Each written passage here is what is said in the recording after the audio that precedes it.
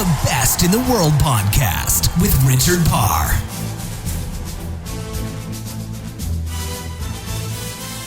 Hello and welcome to another Best in the World with Richard Parr, and I'm really excited about this week's guest. It is the three-time Olympic champion swimmer Stephanie Rice. We've been trying quite a while to get her on the show, and finally our schedules were able to match. I was delighted when I got to speak to Stephanie. We spoke about all kinds of different things, in particular how the 2008 Olympics went for her when she won 3 Olympic gold medals and her whole experience related to that. We also speak about what she's up to now, being an entrepreneur, and the fact that she runs her own business called Race Rice. Really interesting stuff there. We talk all things related to health and nutrition. She talks about being vegan, which is very interesting. We also talk about meditation and, of course, about goal setting. I really enjoyed this conversation with Stephanie Rice.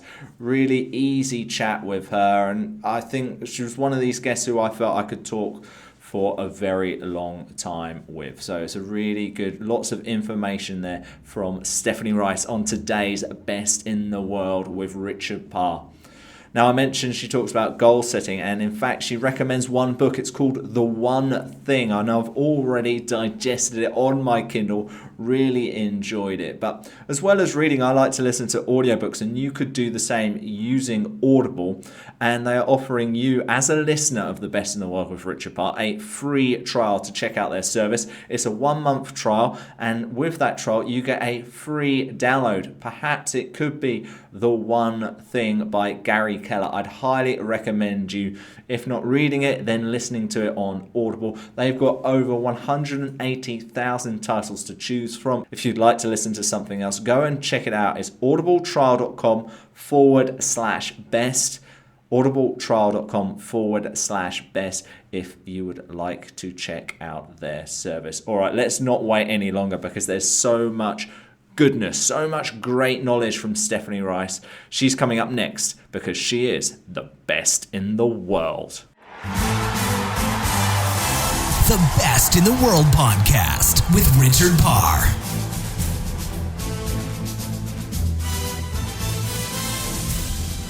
Stephanie Rice, 3-time Olympic champion, 5-time world record holder in swimming. Welcome to the Best in the World. You've been retired for a few years now. We're going to go into your whole amazing swimming career. But let's start by getting people up to date of what you're up to right now, please. Well, first of all, thank you for having me on and being able to contribute. I love to be able to do that. So, I guess I finished my swimming career actually, now that we're in the new year, 5 years ago. So it seems like ages. I feel like I've kind of started a whole new life. And I'm just about to launch my company, Race Rice, which is a kids company. We do kids swimwear, kids health bars, like a nutritional snack. And I'm really excited to be able to put all that energy that I was putting into swimming into something now that feels really meaningful. Yeah, I was looking at your website earlier, and you've been up to so many different things. You've obviously know a lot about exercise and health and everything like that, and you even had a book come out. Is that right?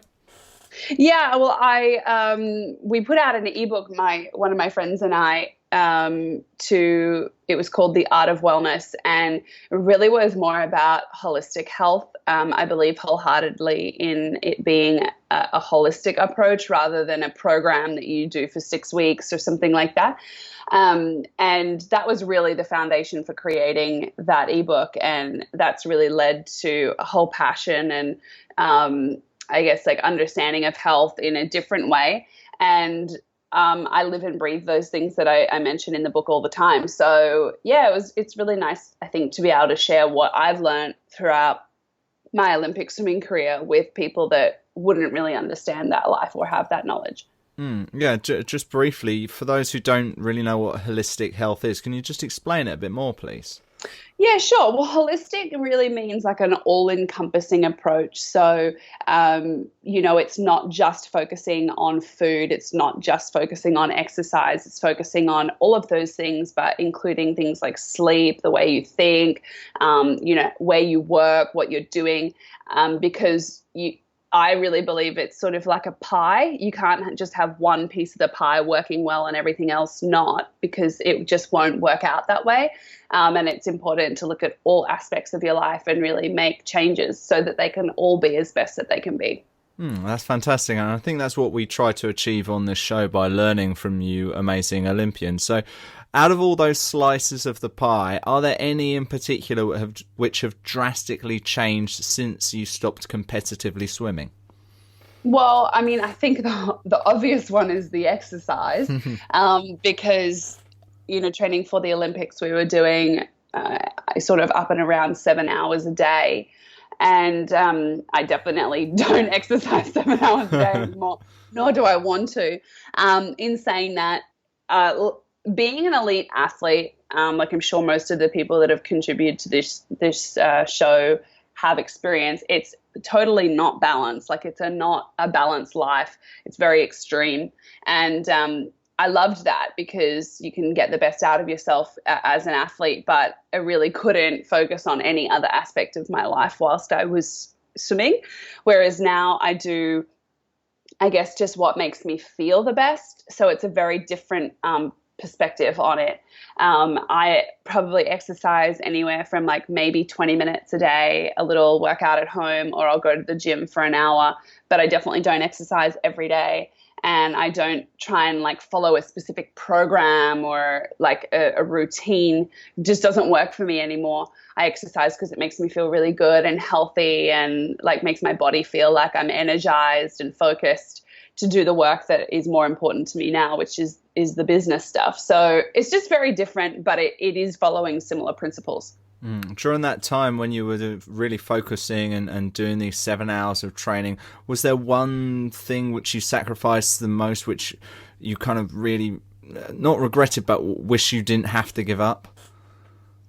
I don't have any regrets at all, because I had that intention when I was swimming that I didn't want to have any regrets. So I guess to answer it, I definitely never lived a normal lifestyle as a teenager. I guess before you get to that Olympic level, there's hours and hours of training that goes into it, very unnoticed by the public and whatever. You don't really seem to reap the rewards until later. And going through school, there was many things that I sacrificed in order to go after my dream of being an Olympian, and things like not going to a school formal and not participating in any real school social activities, and after school going to the mall or whatever. Like, I never did any of that. But I also never really wanted to do any of that. So I guess just in finishing my swimming career, I never had that normal upbringing as a child, but I also never really wanted it. Yeah, I can completely understand that. So you're now involved in all these entrepreneurial activities. Are there any people in this field which you've been now working in the last few years that you look up to? I draw inspiration from a number of people, and I try and read as much as possible from people that have gone before me that I aspire to. And definitely people like Elon Musk. I mean, you obviously know him for what he's doing with Tesla and SpaceX, but like to have created things like PayPal and all these things, it's just had such an amazing career that I think, okay, if he can do like 5 different successful businesses, surely I can do one. And I love reading and learning in that way. I'm a huge believer in things like Law of Attraction and The Secret. And so I definitely always learn from my spiritual side as well as my business side. So I kind of try and balance those things out. Have you got one book you'd recommend in that for me? Well, I think something like Think and Grow Rich is obviously a standard core book that everyone like should read, and I think would get something from it. I recently just read a book, and it was called The Go Giver, which is all about business and giving rather than trying to always receive, and how the receiving comes from doing the giving. And I think it's sort of just, it was a really nice principle that you could apply to many areas of your life. Cool. Well, I've read Think and Grow Rich, but I haven't read The Go Giver, so I'll check that one out.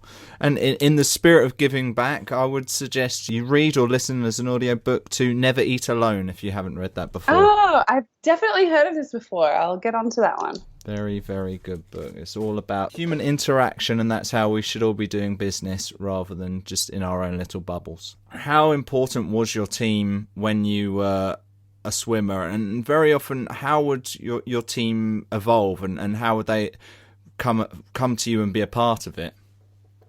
Yeah, it's really interesting because I guess for the outsider, swimming is a very individual sport, which it is. Like, you're the one competing at the end of the day on your own, but there's a huge team of people that go into preparing for that. More than anything, it was my coach. He's definitely the person that without his guidance and instruction of not only the coaching stuff, but just the mentoring side of it as well, I definitely wouldn't have achieved what I achieved. I think with any success, there's like a huge support system behind it. He's my number one man. And outside that, I think the biggest influences were really my squad and the energy of the squad, that real camaraderie and positive place to go. Like, everyone loved training where we trained, and everyone wanted to train where we trained. So I love that we made something that was so hard and grueling and tough enjoyable. And that was really important for such a monotonous routine of, 9 sessions a week, 7 hours a day kind of thing. And then having injuries, I definitely relied a lot on physios and gym instructors and whatever. More often than not, I sought out those people rather than them coming to me. And yeah, I've always sort of been a bit more inclined that way to be proactive. So and I always did things a little bit differently than most other people. Yeah, it's funny that you talk about kind of the positive atmosphere. It's something similar that I've heard about UC Berkeley when I spoke to Natalie Coughlin and Tom Shields. They said they had that kind of community there. Have you always been a positive person? I think I've always believed that everything happens for a reason. And I think in a lot of ways that makes me positive, because I look at challenges or setbacks or whatever as, okay, like, this has happened for a reason, so let's figure out why and let's learn from this. I've always just been that way inclined. So I would say I've always been a happy, bubbly person, and I pride myself on that more so now than when I was swimming, because I realize how much impact that can have to someone else's life, just being a light for other people. So, I definitely am a positive. People would say that about me now if at least I hope that they would. If they met me, they would say that, yeah. And what about when you'd suffer injuries, though? I believe you had a few shoulder injuries after the Beijing Olympics, and, that can always knock people down. How would you cope with things like that? The first shoulder injury I had, which was one of 3, really knocked me more so than the other ones, because it was the first experience of it. And I just hadn't really geared my mind up for the rehab process. I just sort of thought when the doctor said it would be a 12-week rehab, that at 12 weeks I'd be back to like Olympic level training. But it was very much more like at the end of 12 weeks, you can start training at full potential again, but you've lost so much fitness and strength in 12 weeks that it really was more like a 6-month rehab. And I just didn't really gear my mind around that for a time frame.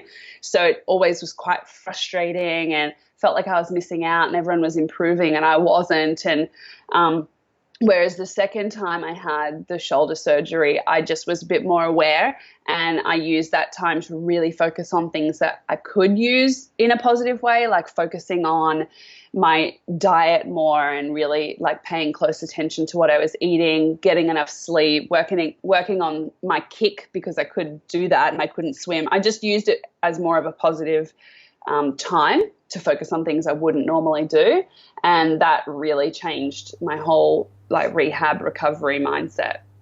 Let's turn back then to a bit more positivity, because that's what we like talking about rather than the negative aspects. And 2008 is an absolutely amazing year for you, breaking world records, winning gold medals. Is it all a bit of a blur for you, or do you remember things vividly from that year? I feel like it's a combination, to be honest. I definitely remember things like I remember standing on the podium. I remember like the way I felt in the last lap of the races and things like that.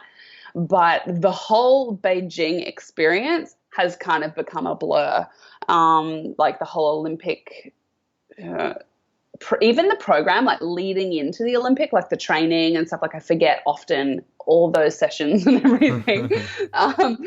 But it was just amazing. I think the thing if I had my time over, I would have really liked to have like stopped and taken a moment to really feel and experience everything, because like winning 3 gold medals and breaking 3 world records, and I was the most successful Australian Olympian, and I was the flag bearer for Australia, and all these things happened all at one time, and it kind of was just like on to the next, and interviews and whatever, and it was kind of like became a job rather than something that I was like, wow, like I get to do all these things.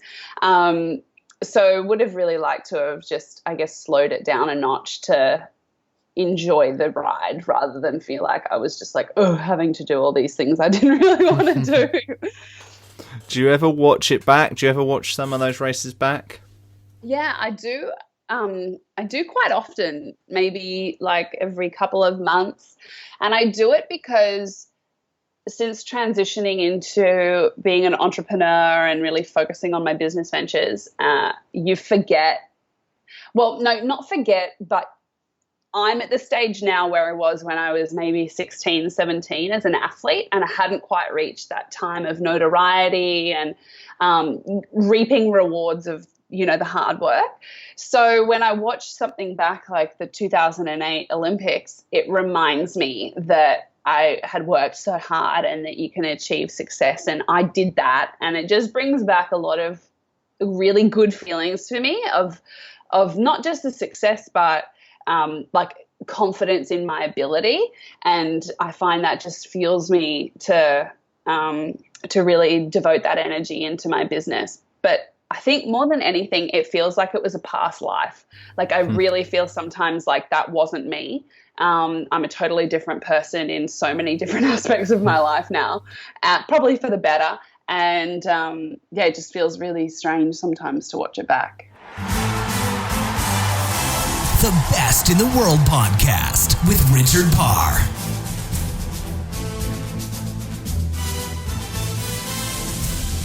Just a little standby note, people, more from Stephanie Rice is coming up on The Best in the World with Richard Parr. But I want to tell you that today's show is also brought to you by Sportacino. Sportacino is the sports breakfast show that I host on Facebook, Periscope and YouTube, and all of the episodes and live streaming is at sportacino.com. Check us out every single weekday morning from 8 GMT. We discuss all things related to sports, health and nutrition. We digest the morning sports headlines every single day. If you haven't seen our episode yet, go and check us out. I'd really appreciate it if you would do that. That is Sportacino. That is today's sponsor of The Best in the World with Richard Parr. All right, let's get back to my conversation with the amazing Stephanie Rice. The Best in the World podcast with Richard Parr.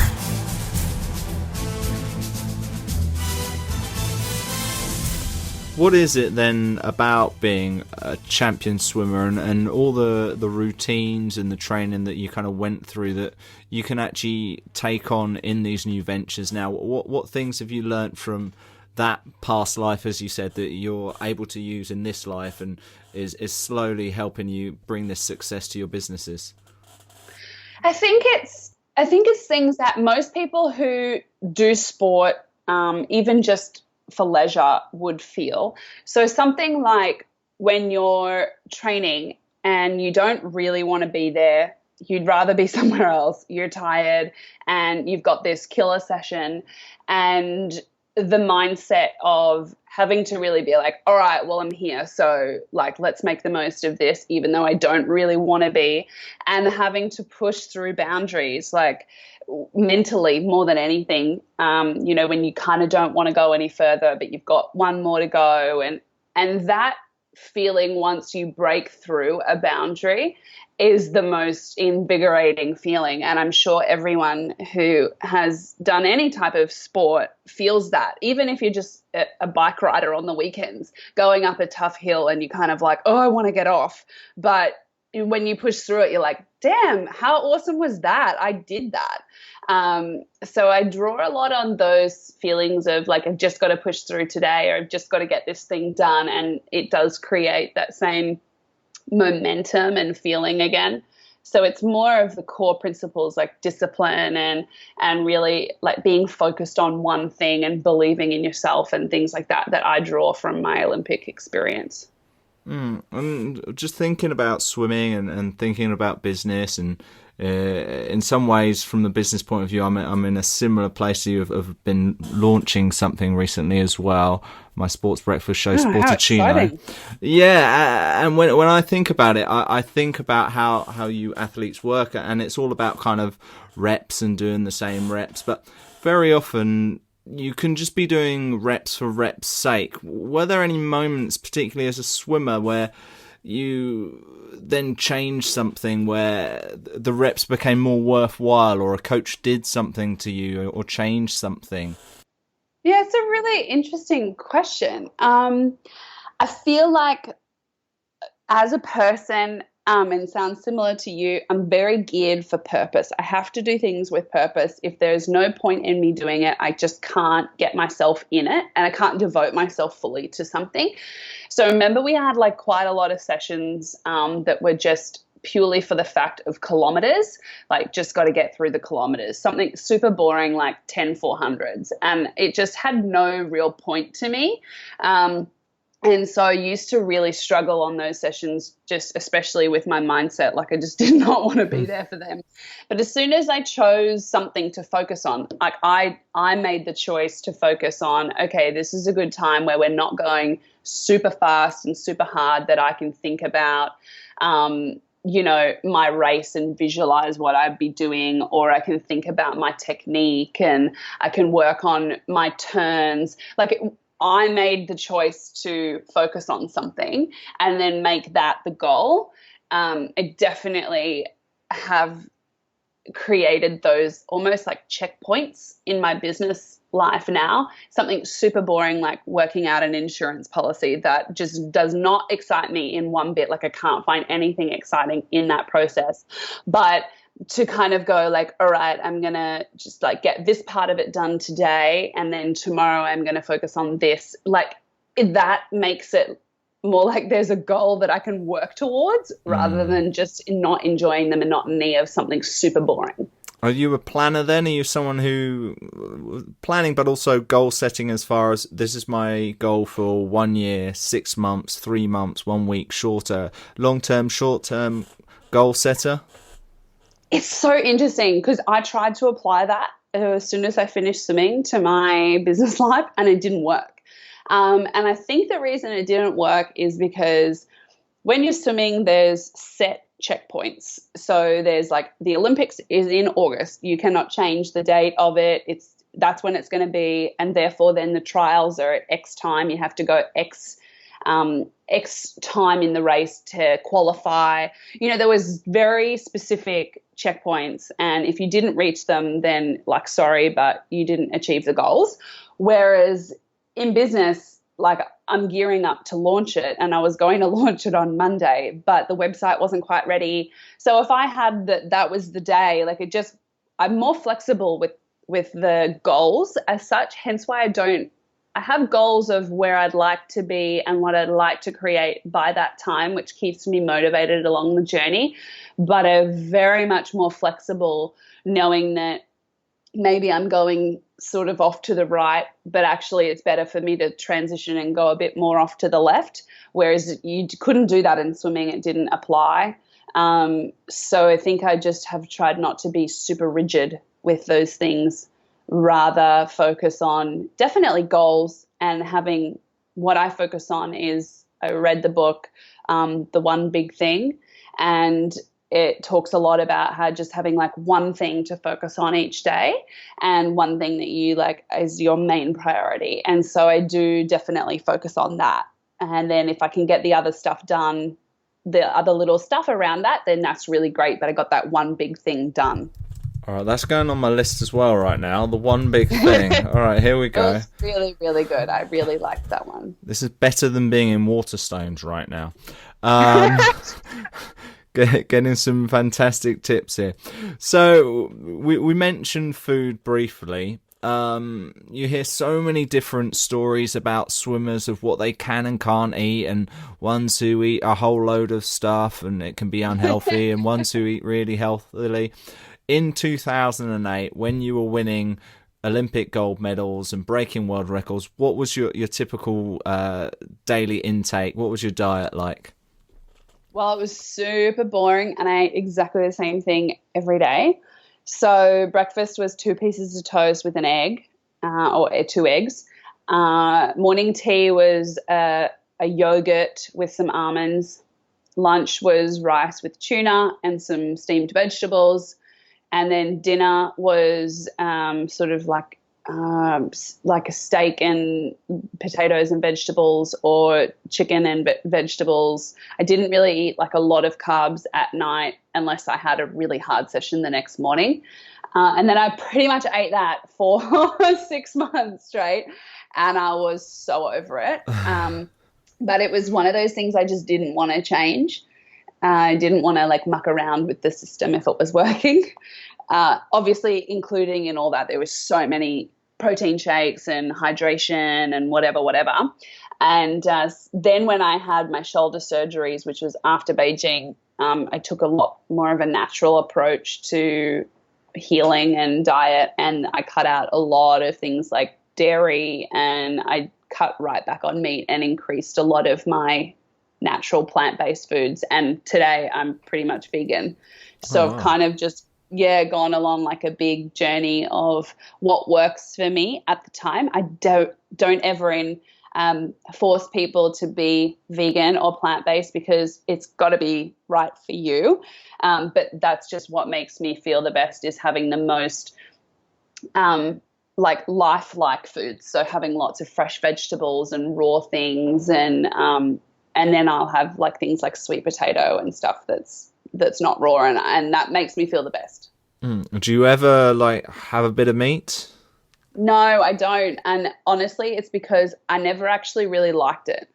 And I never felt like it really sat with me. Meat takes 24 hours to digest, so it just makes you can feel quite sluggish with it, especially if you're that type of person that can't digest it properly, which I think was me. And I just never really liked it, but everyone told me that I had to eat it. You know, that was like a standard thing to eat, like meat and vegetables.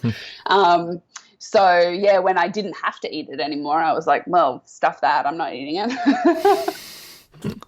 No, it's very interesting, because I've been trying gluten free, which seemed to work, but I've been a bit naughty recently. But I don't think I could ever move away from meat. Is there anything in particular about your body that you felt's been different as you slowly made this change? Yeah. First and foremost, like my skin has been the biggest change, and that especially came from cutting out dairy. And I think for me now, like how I eat is what works for me. It makes me feel the most energized, and it makes me feel really like clean and healthy and good digestion and good energy and positivity. All those things definitely work for me with how I'm eating. The thing I think it's really interesting is that foods have energy, right? Like fresh, beautiful vegetables that have grown in a garden have like a better energy than like a hamburger, because there's no nutrients in it, if that makes sense to you. So when you eat something, you kind of also get that that feeling. So I know if I eat fast food or something fried or whatever, even if it's vegan, it still just doesn't make me feel good because there's no nutrients, there's no life in it. Whereas if I eat foods that have life in them, like fresh things, they always make me feel better mentally and more positive. So I gear them that way rather than like, oh, this is what's meant to be healthy, so I'll eat this. It's like, oh, these things make me feel better and feel more positive. I wonder how much it actually goes into our mindset when we do have like a McDonald's or a Burger King or whatever, and we eat it, right, and we're just going, oh, this is tasty, but I shouldn't be doing this. This isn't good. And you're probably actually creating negative energy for yourself. Yeah. And also like, it's, for me, it's not worth the guilt, the guilt of feeling crap about yourself or feeling, oh, I shouldn't have eaten that. It's just not worth it for me. I'd rather just not even feel that way at all. So after putting all of those years of hard work in the pool and getting fantastic success at the Beijing Olympics and breaking world records, when you made the decision to retire, how difficult was that at the time? It sort of wasn't difficult to make the decision because I knew that that was what was the best thing for me to do. I always told myself that I would swim up until the day I didn't love it anymore. And I didn't love, I mean, obviously not every day you're like, oh, I love going to training. But as a whole round approach, I didn't love swimming anymore. I didn't love elite competing swimming.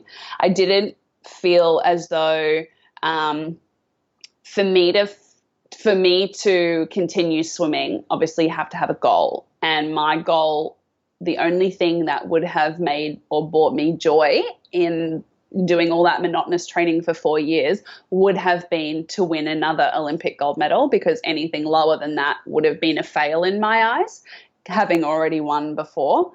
So I just felt as though that was way too big of a risk for very little reward. Like once you've already won, I admire people like Phelps or Bolt or, you know, that have won year after year after year, because to me, it's not as exciting if you've already done it.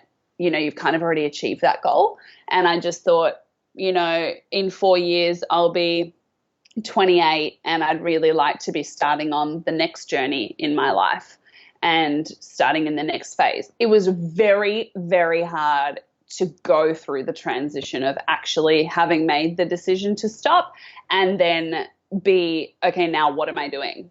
That was really hard. And I really, really struggled for probably 18 months with who am I now?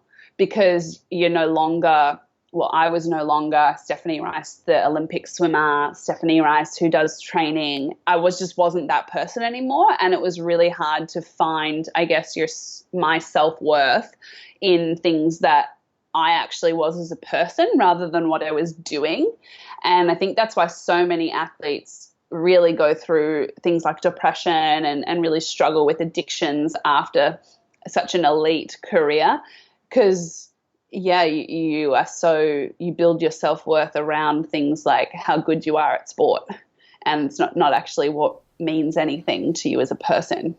Yeah, when you say it was difficult to try and get motivated again for another 4-year cycle, was that something you'd even thought about after 2008 when you'd, you know, so successful, like you said, 3 Olympic gold medals, 3 world titles, world records by doing it? Was it then difficult to say, all right, London's in 4 years? Did you have the motivation then? I definitely had the post-Olympic year blues. Like that 2009 year was pretty hard to get excited for training, and everything just seemed really boring after an Olympic year, and for so many reasons. But after that, after I got through that year, I had no problem. I never thought after Beijing that I would want to stop, because I also didn't want to be like a one-hit wonder. And I knew I was more than just like a one-hit wonder. So that was really my big motivation, was to, you know, prove myself again as an athlete. And I guess things didn't work out for me for one reason or another, with injuries and everything, and just not being able to go into London prepared. But I I don't have any regrets for that process either. And yeah, so it wasn't necessarily hard to be motivated for another Olympic cycle, but I knew that after London, I was just so drained from all the injuries and the setbacks, and I was just like, this isn't exciting me as much as it used to. Was there added pressure being, as you said, Stephanie Rice, the Olympic champion, going into London? Yeah, I think that absolutely there was, but I never have worried about that. That never bothered me as such. I actually always welcomed that. I loved that bit of attention. I loved being noticed for something I was so proud of and had worked so hard for.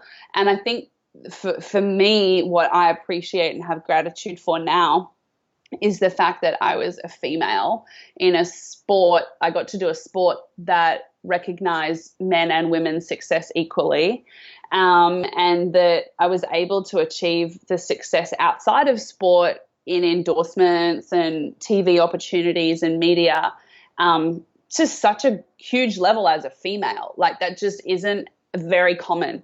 And I'm so grateful that I got to experience all those things, because a lot of people put in hard work, but sometimes don't always reap those external rewards. So yeah, I've been very grateful and very lucky. And I'm guessing those external rewards and all those projects you were probably getting up to has helped you in what you're doing now.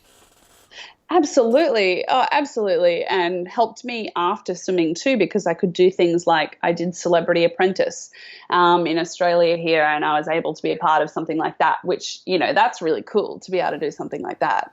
Who runs the Australian one? Are they going to be the next Prime Minister of Australia? I don't think so, but we have someone called Mark Bouris, who was the Donald Trump of Australia, and he was wonderful. Yeah, it was really great. Oh, that's fantastic. Stephanie, quickly just tell us how you relax when you're not swimming, when you're not reading business books, when you're not doing the million of other things you've got going on from your various businesses and ebooks that you're writing. How do you relax? I meditate every day. So I always do something like that where I can just kind of really shut off and relax. I love doing something like going for a walk and not taking my phone and just kind of being with my thoughts and being around nature and just kind of moving your body and letting everything process. I love doing things like that. But like if it was like a Sunday afternoon, nothing brings me more joy than watching like Shark Tank or some romantic comedy on Netflix and just like having a healthy takeaway and just being a blob. Like, I love that so much. How long have you been meditating for, and did you use it while you were swimming? I didn't actually. I didn't really know about it until after I finished swimming, but I so would have loved to have known about it when I was. I've been meditating for probably on and off 3 years, and really in the past 2 years, it's been I've made it a regular thing. And then there's so many different types of like meditating.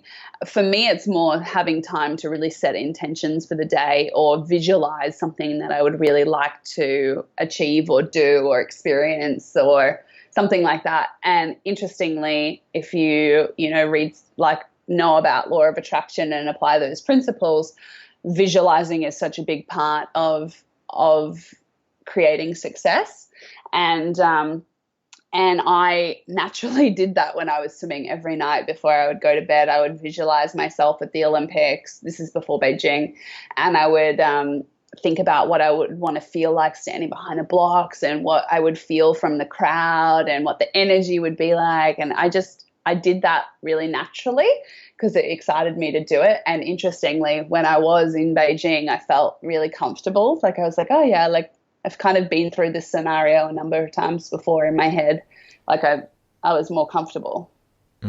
I'm feeling more guilty now because you're not the first person on this podcast to have said they meditate and found the real benefits for it. And every time I hear it, I'm like, I'm going to take up meditating, and I never do. So it's really interesting one because so many people do it different ways, and I really do believe it's about finding the way that works for you. And it's one of those things that I think like you're saying, you're like, oh, I should meditate. Like I really want to make that a part of my day, but it feels like more of a task.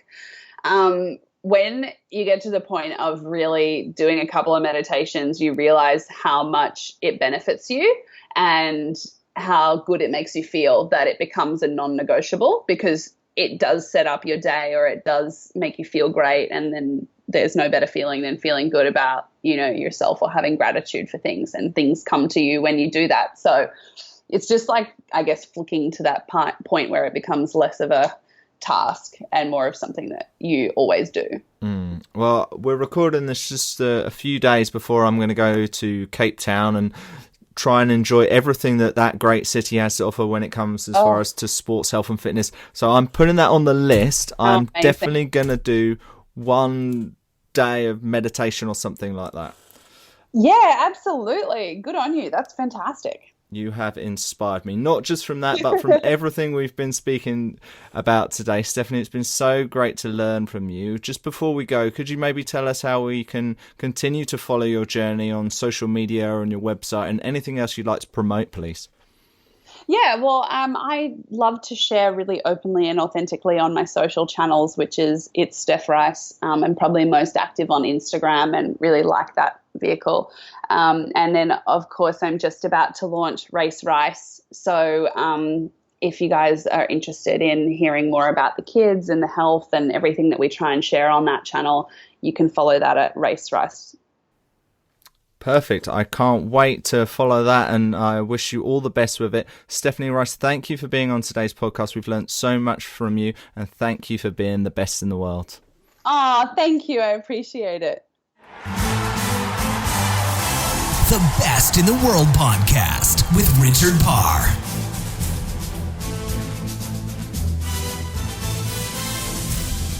Now, the one thing we've had on The Best in the World is that we've been very lucky to have some amazing swimmers on the show. Before Stephanie, we had Natalie Coughlin, we had Tom Shields, we had Nathan Adrian, we've had Nick Gillingham. Plus, coming soon, we have got Rebecca Soni on the show. Similar type feel it is to the interview I had with Stephanie Rice. They have a few similarities, and when you listen to that episode, you'll find out what exactly I mean. Check that out. And to make sure you don't miss that episode, what you could do is you could click subscribe on iTunes to make sure that you are up to date with everything that happens on The Best in the World with Richard Parr. And if swimming isn't your thing and you'd like to listen from other Olympic athletes or world champions, go back and listen to episodes like last week's with Matteo Tagliariol, or you could listen to my interview with Veronica Campbell-Brown or Darren Campbell, or Bodo Illgner. We've got so many great guests that we've spoken to before on The Best in the World with Richard Parr. Go back and listen to the full back catalogue. It's all there for you on iTunes and on Stitcher. If you'd like to get in touch with me, I'm on Twitter at Richard_Parr. But for another week, I will say farewell, and I'll be back with you again next week with another Olympic or world champion. Stay tuned. Have a great week. Goodbye. The Best in the World podcast with Richard Parr.